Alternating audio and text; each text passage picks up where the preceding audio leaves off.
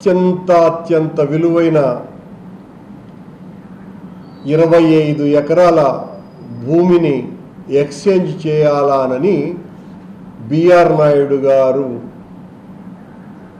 తీర్మానించారు ఆయన నాయకత్వంలో. ఎందుకంటే కొండ కింద హోటళ్లు పెట్టడానికి వీలు లేదు, చాలా తప్పిదము, వైసీపీ అలాంటి ఘోరాలన్నీ చేసింది అని కూడా మాట్లాడుతూ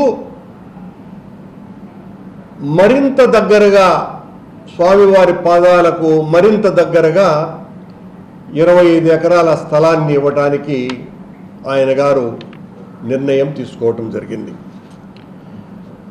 దీనికి సంబంధించి ఏదైనా అబ్జెక్షన్స్ రేజ్ చేయడానికి జూన్ నెల 1వ తారీఖున పేపర్లో పబ్లికేషన్ చేశారు. దాని మీద అనేక మంది ఇలా అత్యంత విలువైనటువంటి